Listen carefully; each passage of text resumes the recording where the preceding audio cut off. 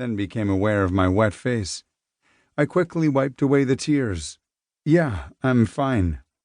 The officer leaned over to look into my back seat before meeting my gaze. "Did you get into an argument with someone?" "Nah, I dumped his dumb ass a few months ago." I didn't see a flicker of a reaction in his golden gaze, but his mouth curved into a wry smile. "Ouch," he said. "Pretty sure more than a few of my girlfriends have said the same about me." I clasped my imaginary pearls. "Say it ain't so."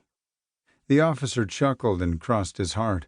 "What upset you so much that you ran the stop sign?" "Oh, I drove by my aunt's old place and was sad to see the new owners don't love it as much as she did. It's no excuse, and I'm sorry." Officer Hottie nodded and said, "I'll need to see your license, registration, and proof of insurance." "You don't want to frisk me for weapons?" One of these days my mouth would get me into a lot of trouble.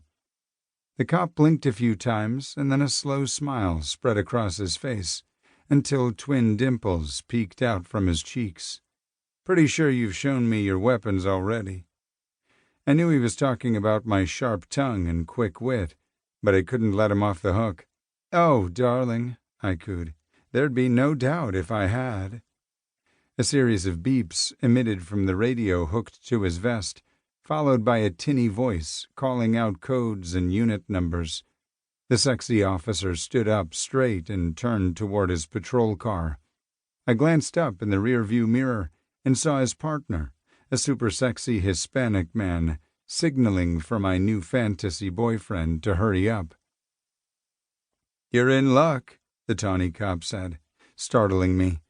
I clutched my non-existent pearls again and said, "You sure move quickly and quietly for such a big guy," I said.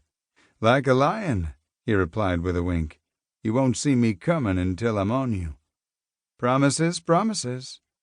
Another flash of those dimples. "I have to answer another call, so I'm letting you off with a verbal warning." "Oh, good," I purred. "Oral is my favorite." He shook his head and straightened to his full height, putting me at eye level with his big dick again. "Drive safely," he called out as he retreated to his cruiser.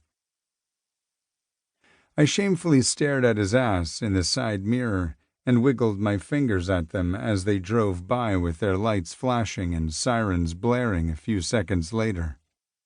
I released a sigh, relegated the handsome man to my fantasies, and drove to the store to grab a few staples before heading to my new apartment. My belongings wouldn't arrive until the following day, so I'd brought a sleeping bag and a pillow to tide me over. All I needed to survive was something quick to eat for dinner and breakfast. Afterward, I tucked my sleeping bag and pillow under one arm and carried the meager groceries I'd purchased in the other. I'd feel more motivated to fill the cabinets and refrigerator once I had my familiar things around me, but this would do for a night. I shifted a few things in my hand to open the lobby door. "Wait," a lady called out. "I got you." I turned and stared in disbelief as my pretty brunette duet partner walked up with a broad smile on her face. I felt an inexplicable draw to the woman, as if she were the missing puzzle piece I'd been searching for. She eased the groceries out of my hand and opened the door for us. "Where have you been all my life?" I asked. She looped her arm around my shoulders and leaned her head against mine. "Right here, waiting for you." I didn't spend my first night back in Savannah on my apartment floor. I spent it getting to know the greatest gift I'd ever received. Harper Frances Carnegie. We cuddled on her couch and ordered takeout, then talked and laughed until the sun rose. She helped me set up my apartment, which happened to be directly across the hall from hers, and took me home for Sunday family dinner. I'd been hesitant to intrude, but she simply said, "Nonsense, you're my family now." I was still nervous when we pulled up in front of the 2-story home, but Harper hooked her arm through mine and led me into her parents' house. I met her 2 older sisters, Emma and Shelby, first. They were every bit as gorgeous as Harper, and I wasn't surprised to learn they were also former beauty queens.